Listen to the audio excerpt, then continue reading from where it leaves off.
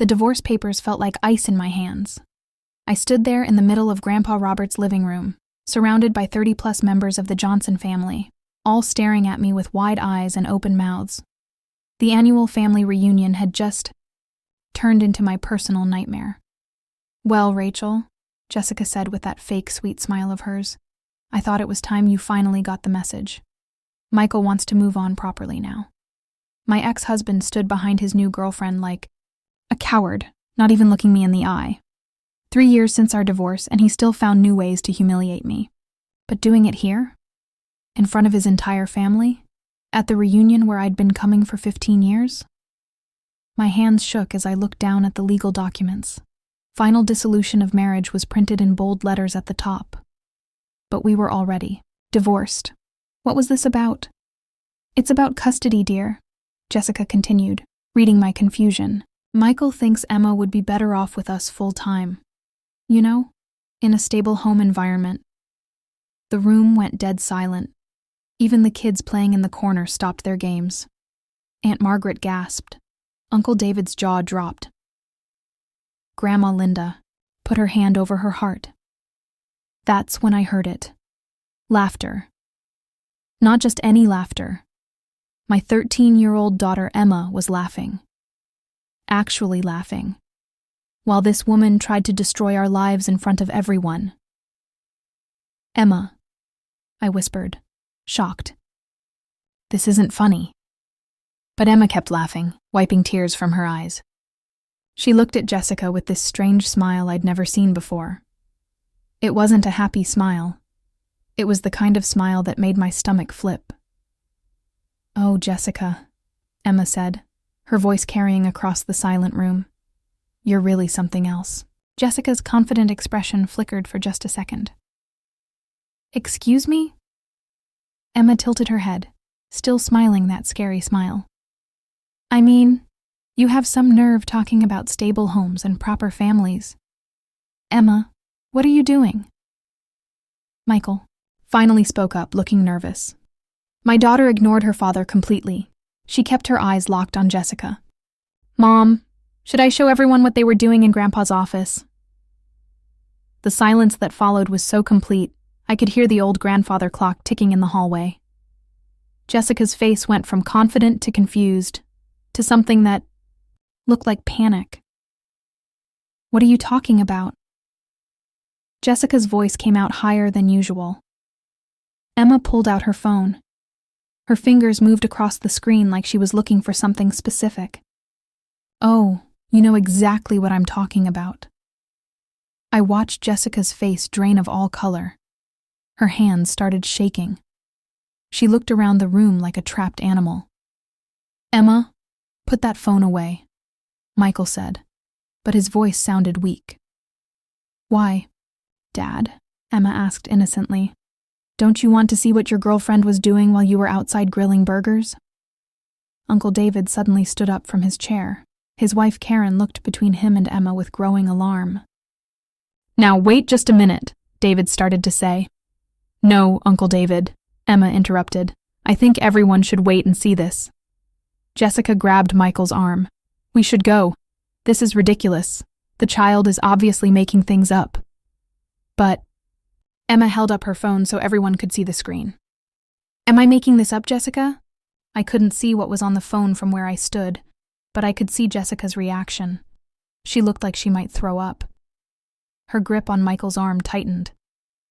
"That's not... You can't..." Jessica stammered. "Can't what?" Emma asked sweetly. "Can't show everyone the video I took of you and Uncle David in Grandpa's office an hour ago?" The room exploded. Voices started shouting all at once. Karen jumped up from her chair. Grandpa Robert's face turned red. Grandma Linda gasped so loud I thought she might faint. But through all the chaos, I kept staring at my daughter. My brave, brilliant, fierce daughter, who somehow had just turned the tables on the woman trying to destroy our family. Emma looked at me and winked. "Should I press play, Mom?" 3 days earlier, I stared at the phone in my hand, reading the text message for the 5th time. Annual Johnson family reunion, Saturday at 1 p.m. Hope to see you and Emma there, Grandma Linda. I wanted to throw the phone across my small apartment kitchen. The last thing I needed was to spend an entire day watching Michael parade around with Jessica, pretending to be the perfect couple. Mom, you're making that face again, Emma said from the kitchen table where she was doing homework. What face? The face you make when Dad does something stupid. I sighed and sat down across from her. Grandma Linda invited us to the family reunion. Emma's pencil stopped moving. Is he going to be there? Probably. With her? Most likely. Emma was quiet for a moment, then looked up at me with those serious brown eyes that reminded me so much of my own mother. Do you want to go? That was the question, wasn't it? Part of me wanted to hide in our apartment forever. The Johnson family had been my family for 15 years. I'd helped plan these reunions, cooked for them, celebrated birthdays and holidays with them. When Michael and I got divorced 3 years ago, I thought I'd lost all of that. But Grandpa Robert had called me personally last Christmas. Rachel, honey, divorce papers don't change the fact that you're family. You raised our granddaughter. You were there when Linda had her surgery. You're a Johnson in every way that matters. I don't know, sweetheart, I admitted to Emma. It might be awkward. Emma put down her pencil completely. Mom, you know what I think? What? I think you're scared of her. I'm not scared of Jessica. Yes, you are. And I get it. She's younger and prettier, and she stole Dad from us. The way Emma said it so matter-of-factly broke my heart. No 13-year-old should have to think about these things. She didn't steal him, Em. Your father made his own choices. Bad choices. I couldn't argue with that. Emma leaned forward. But Mom, that family loves you. Grandpa Robert still sends you birthday cards. Grandma Linda calls you every week. Aunt Margaret asks about you all the time. Why should we hide just because Dad decided to be an idiot? Sometimes my daughter was too smart for her own good.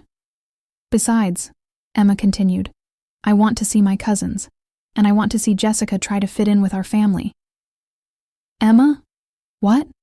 I'm just curious how she'll handle Grandpa Robert's stories about the war, or Grandma Linda's questions about when she's planning to have babies, or Uncle David's terrible jokes. I had to smile at that. The Johnson family could be overwhelming even for people who'd known them for years. Jessica had only been around for 6 months. You really want to go? I really want to go.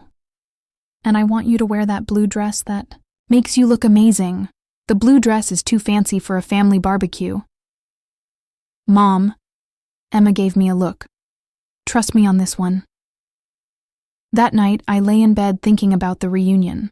I'd been avoiding family events since the divorce, making excuses about work or Emma's school activities. But the truth was, I missed them. I missed Grandma Linda's hugs and Grandpa Robert's terrible dad jokes. I missed the chaos of all the cousins running around and the way Uncle David always burned the hamburgers. I missed feeling like I belonged somewhere. The next morning, I called Grandma Linda. Of course you're coming, dear, she said, before I could even finish asking. I already set places for you and Emma at the table. Linda, you should know that Michael will probably bring Jessica. There was a pause. Rachel, honey. I've been dealing with difficult people at family gatherings for 48 years. One more won't kill me. I just don't want any drama. The only drama will be if you don't show up. This family isn't the same without you and Emma. When I hung up the phone, Emma was standing in the doorway with a huge grin. So we're going? We're going. And you're wearing the blue dress? I'm wearing the blue dress. Emma pumped her fist in the air. This is going to be interesting. The gravel crunched under our car tires as we pulled into the circular driveway of Grandpa Robert's house. The big white farmhouse looked exactly the same as always, with its wraparound porch and hanging flower baskets.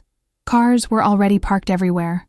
Uncle David's red truck, Aunt Margaret's minivan, and there, right by the front steps, Michael's black BMW. My stomach dropped. There's Dad's car, Emma said quietly. I see it. And that must be Jessica's. She pointed to a shiny silver convertible parked right next to Michael's car. Of course she drives something flashy. I took a deep breath and checked my reflection in the rearview mirror. The blue dress Emma had insisted on looked good, I had to admit. My hair was styled nicely, and I'd even put on makeup. I looked confident, even if I didn't feel it. "Ready?" I asked Emma. "More than ready." We walked up the front porch steps, and I could already hear voices and laughter coming from inside. Before I could knock, the front door swung open. "Rachel," Grandma Linda practically tackled me with a hug. "Oh, honey, you look absolutely beautiful." "Thanks, Grandma Linda. You look pretty great yourself." She was wearing her favorite yellow sundress and had her gray hair perfectly curled. At 64, she still had more energy than most people half her age. "And Emma, my goodness, you've grown 3 inches since Christmas." She hugged my daughter tight. Come in. Everyone's here."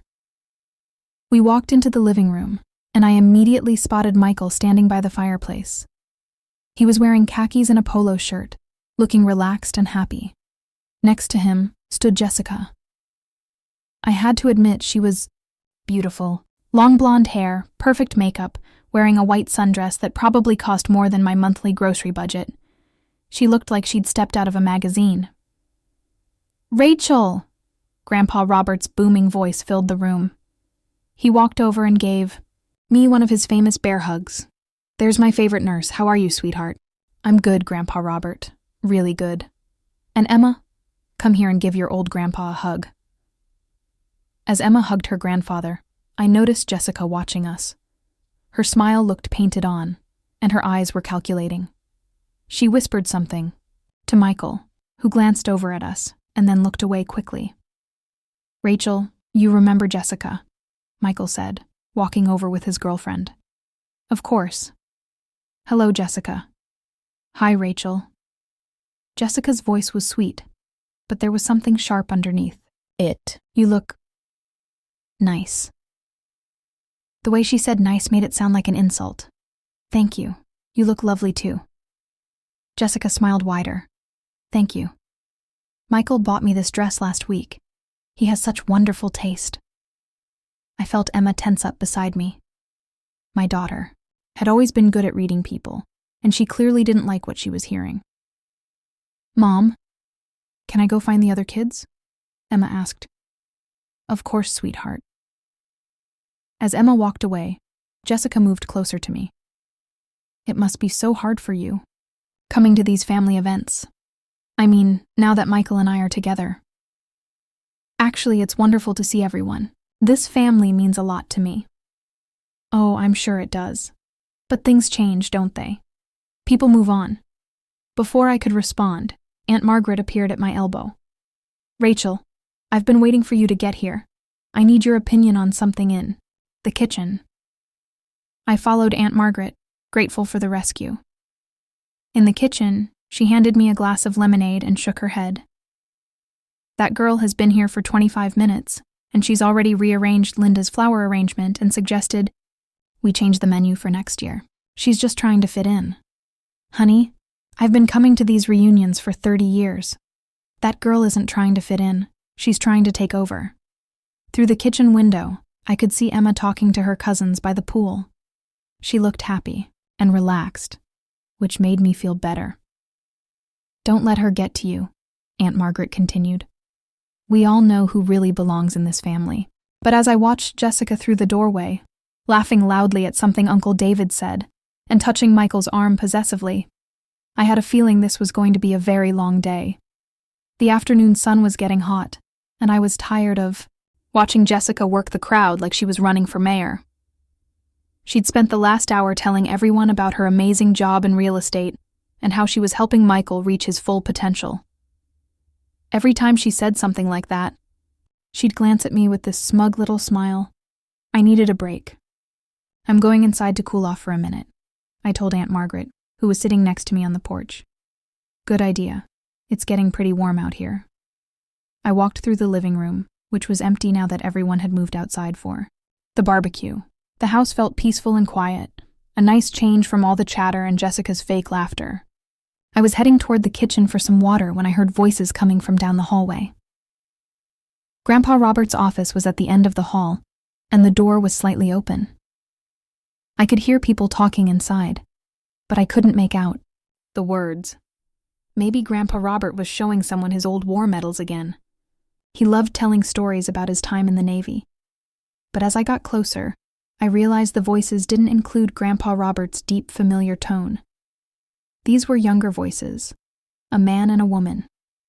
I was about to turn around and give them privacy when I heard something that made me freeze. "Can't keep doing this, Jessica. Someone's going to notice."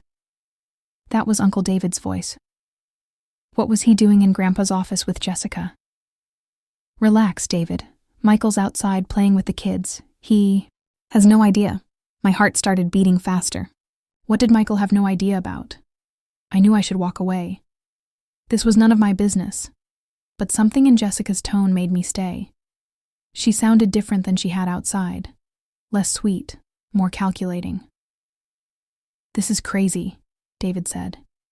"If Karen finds out..." "Karen won't find out anything unless you tell her. And you won't tell her because you have just as much to lose as I do." I crept closer to the door, staying in the shadows of the hallway. Through the crack in the door, I could see part of the office. Jessica was standing near Grandpa's desk, but I couldn't see David.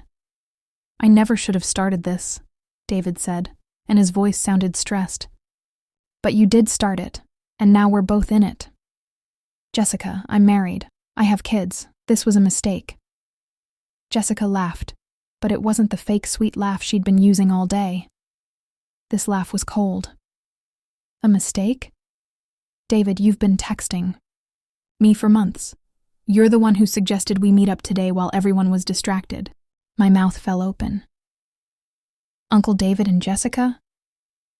But she was with Michael. David was married to Karen and they seemed happy together. "Look," Jessica continued. "Michael is useful to me right now. He's helping my career and he's completely clueless. But that doesn't mean I can't have a little fun on the side. What about Rachel? She's a good person. She doesn't deserve this. Rachel is pathetic. She had 15 years to keep Michael interested, and she failed. That's not my problem." I felt like someone had punched me in the stomach. This woman wasn't just dating my ex-husband. She was cheating on him with his own brother and talking about me like I was nothing. "I should go back outside," David said. "In a minute." I heard footsteps moving around the office, and then I heard something that made my blood run cold. Kissing sounds.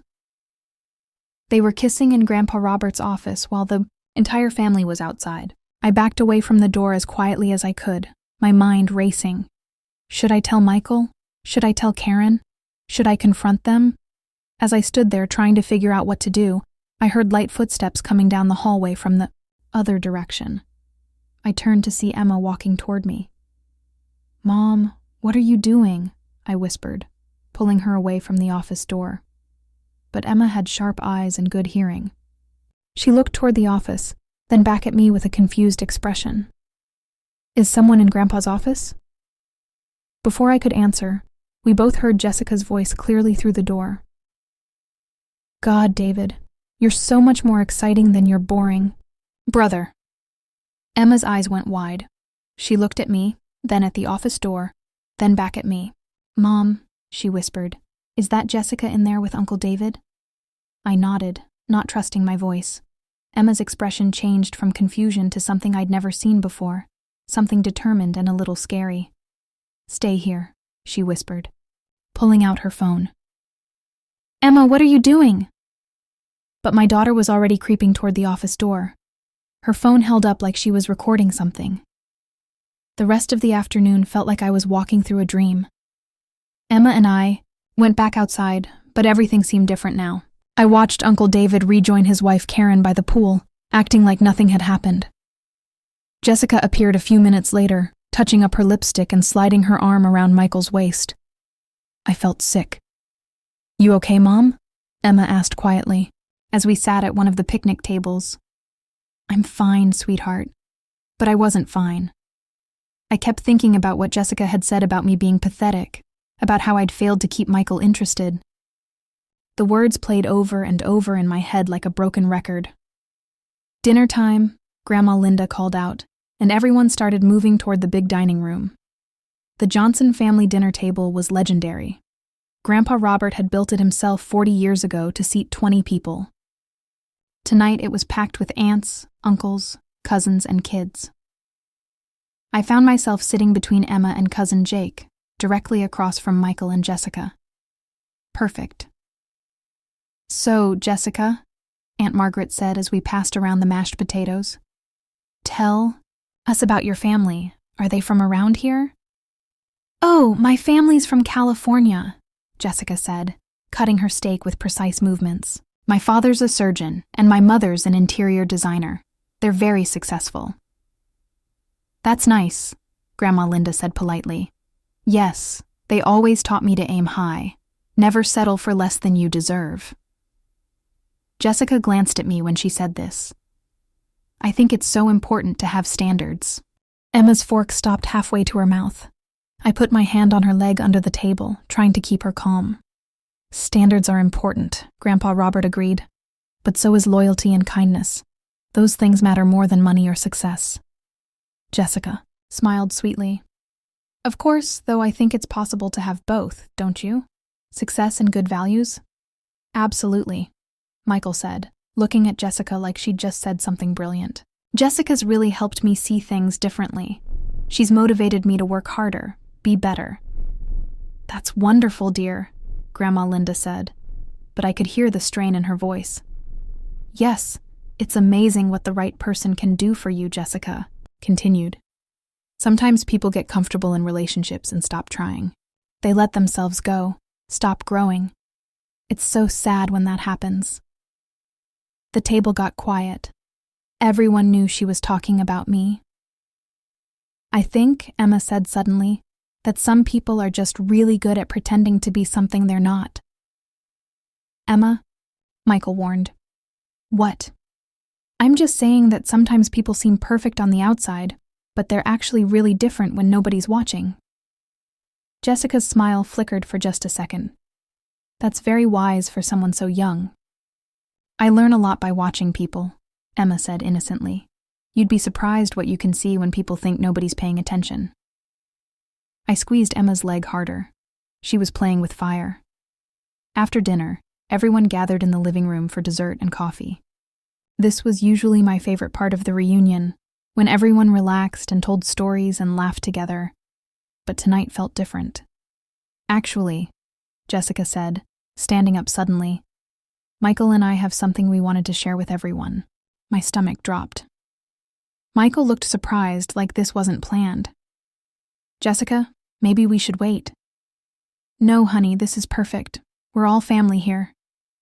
She walked over to her purse and pulled out a manila envelope. "I thought this would be the perfect time to make things official." She walked over to me and held out the envelope with that same fake sweet smile. "What is this?" I asked, though I had a terrible feeling I already knew. "Just some paperwork that needs your signature. Michael wants to move forward properly. And I think it's time we all accepted that the past is the past." My hands shook as I opened the envelope. The words "final dissolution of marriage and custody" modification jumped out at me. "You want to take Emma away from me?" I whispered. "We just think Emma would benefit from a more stable home environment," Jessica said loudly enough for everyone to hear. "Michael's doing so well now, and I can provide the kind of female role model a teenage girl needs." The room was dead silent. I could feel everyone staring at me, waiting to see what I would do. "This is ridiculous," Aunt Margaret said. "It's just what's best for Emma," Jessica continued. "Some people just aren't cut out for single parenting." That's when I heard it. Laughter. Emma was laughing. Emma's laughter filled the silent room like a bell cutting through fog. Everyone turned to stare at my 12-year-old daughter, who was wiping tears from her eyes and looking at Jessica like she'd just heard the funniest joke in the world. "Emma, what's so funny?" Michael asked, his voice tight with embarrassment. "Oh, Dad," Emma said, still giggling. "You really have no idea, do you?" Jessica's confident smile was starting to crack around the edges. I don't understand what's amusing about this situation. What's amusing? Emma said, standing up and pulling out her phone. Is that you're talking about stable homes and being a good role model? Emma, put that phone away, Michael said sharply. Why? Don't you want to see what your girlfriend was doing while you were outside grilling burgers for everyone? The room went completely silent. Uncle David, who had been sitting quietly next to Karen, suddenly looked like he might throw up. What are you talking about? Michael demanded. Emma held up her phone so everyone could see the screen. Well, about half an hour ago, I went inside to use the bathroom, and I heard voices coming from Grandpa's office. Emma, stop, David said quickly, but his voice came out as a croak. Stop what, Uncle David? Stop telling the truth? Jessica was backing toward the door now, her face white as paper. This is ridiculous. The child is obviously making things up. Am I? Emma asked sweetly. She tapped her phone screen. Because I have video. Karen stood up slowly from her chair. David, what is she talking about? Karen, I can explain. Explain what? Karen's voice was getting louder. Emma looked around the room at all the shocked faces. Should I just tell everyone what I saw? Or should I show them? You show them nothing, Jessica snapped, lunging toward Emma. But Grandpa Robert stepped between them. Nobody touches my granddaughter. Emma, what did you see? Emma looked at me and I nodded. Whatever she had recorded, it was time for the truth to come out. I saw Jessica and Uncle David kissing in your office, Grandpa. And I heard them talking about how Uncle David has been texting her for months and how she's only with Dad for his money and connections. The room exploded. What? Michael shouted. David, is this true? Karen screamed. You little brat! Jessica yelled at Emma. You don't know what you're talking about. Actually, I do. Emma held up her phone again. Because I recorded it. She pressed play, and suddenly Jessica's voice filled the room crystal clear. Michael is useful to me right now. He's helping my career, and he's completely clueless. But that doesn't mean I can't have a little fun on the side. Then David's voice. What about Rachel? She's a good person. She doesn't deserve this. And Jessica. Again. Rachel is pathetic. She had 15 years to keep Michael interested and she failed. That's not my problem. Michael's face went from confused to hurt to absolutely furious in about 3 seconds. You said I was pathetic? Michael, I can explain. Jessica started. But then the kissing sounds came through the phone speaker, followed by Jessica's voice saying, God, David, you're so much more exciting than your boring brother. Karen let out a sound like a wounded animal and slapped David across the face so hard the sound echoed through the room. 22 years of marriage, she screamed. 22 years and you throw it away for this. Karen, please, David begged. Don't you dare, Karen said, grabbing her purse. Don't you dare say another word to me. She stormed out of the room. We heard the front door slam and her car engine start. Michael was staring at Jessica like he'd never seen her before. You used me. Michael, honey, it's not what it sounds like. You called me boring. You said I was clueless. You said Rachel was pathetic. His voice was getting louder with each word. I was just upset. I didn't mean... Get out! Grandpa Robert's voice boomed through the room. Get out of my house right now. Jessica looked around the room at all the angry, disgusted faces staring back at her. This is insane. You're all insane. The only insane thing, Emma said calmly, is that you thought you could get away with this. Jessica grabbed her purse and ran for the door. We heard her car start in the gravel spray as she peeled out of the driveway. The room was silent except for the sound of Michael crying. The silence that followed Jessica's dramatic exit felt heavy, like the air before a thunderstorm finally breaks. Michael stood in the middle of the living room, tears streaming down his face, looking lost and broken. Uncle David had collapsed into a chair, his head in his hands. I'm so sorry, Michael whispered, looking at me. Rachel, I'm so sorry. For 2 years, I'd dreamed of hearing those words, but now that they were finally here, I felt more sad than satisfied. This wasn't how I'd wanted to be proven right. "Michael," I said quietly, "we need to talk, but not here. Not now." Grandpa Robert walked over to Emma and put his big hand on her shoulder. "Young lady, that was the bravest thing I've ever seen. I couldn't let her hurt Mom anymore," Emma said simply. "And I couldn't let her break up Uncle David's family either." "You did the right thing, sweetheart," Grandma Linda said, giving Emma a hug. "Sometimes the truth hurts, but it's always better than living a lie." Aunt Margaret stood up and walked over to me. "Rachel, honey, I owe you an apology. Some of us weren't sure what to think when Michael left. We should have known better." "You don't owe me anything," I said. "This family has always been good to me." "And you've always been good to us," Grandpa Robert said firmly. "Divorce papers don't change that. You're a Johnson, Rachel. You always will be." I felt tears starting in my eyes. After 2 years of feeling like I didn't belong anywhere, these words meant everything. "What about the custody papers?" Cousin Jake asked, pointing to the documents still scattered on the coffee table. Emma walked over and picked them up. Without saying a word, she tore them in half, then in half again, then again. "I think these belong in the trash." "Emma," Michael said, his voice shaky. "I never wanted to take you away from your mom. That was all Jessica's idea. She said it would be better for you. But I should have known." "Dad," Emma interrupted, "you should have known a lot of things. Like maybe don't trust someone who talks bad about your family behind your back." Michael winced, but he nodded. "You're right. I made terrible choices. I hurt you and your mom, and I hurt this whole family." "Yes, you did," Emma said matter-of-factly. "But people can change if they really want to."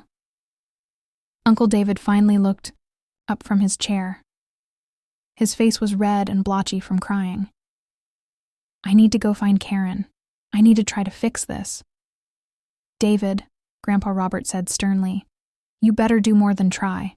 That woman has been nothing but good to you for 22 years. "I know, Dad, I know." David stood up slowly. "Rachel, I'm sorry about what Jessica said about you. She was wrong. You're not pathetic. You're one of the strongest people I know. Thank you, David. I hope you can work things out with Karen."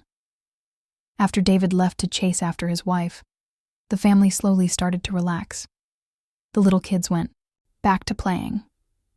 The adults began cleaning up from dinner. The mood was different now, lighter somehow, like a poison had been removed from the air. "Mom," Emma said, sitting down next to me on the couch, "are you okay?" "I'm better than okay," I said, putting my arm around her. "I'm proud of you. What you did took real courage." "I learned from the best," she said, leaning against me. Michael approached us hesitantly. "Rachel, could we maybe talk sometime this week? I know I have a lot to make up for." I looked at him, really looked at him, for the first time in months. He looked older, tired, and genuinely sorry. "We can talk, Michael, but it's going to take time to rebuild trust. I understand. And Emma, I hope someday you can forgive me for being such an idiot." Emma considered this seriously. "I can forgive you, Dad, but you have to promise to be smarter about who you date next time." Despite everything, Michael actually smiled a little. Deal. As the evening wound down and people started heading home, Grandma Linda pulled me aside. "You know, dear, that blue dress really does look beautiful on you."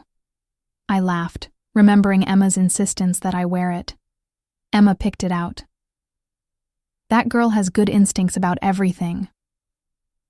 Looking around at the family that had welcomed me back with open arms, watching my daughter laugh with her cousins like nothing had changed, I realized Emma was right about more than just the dress.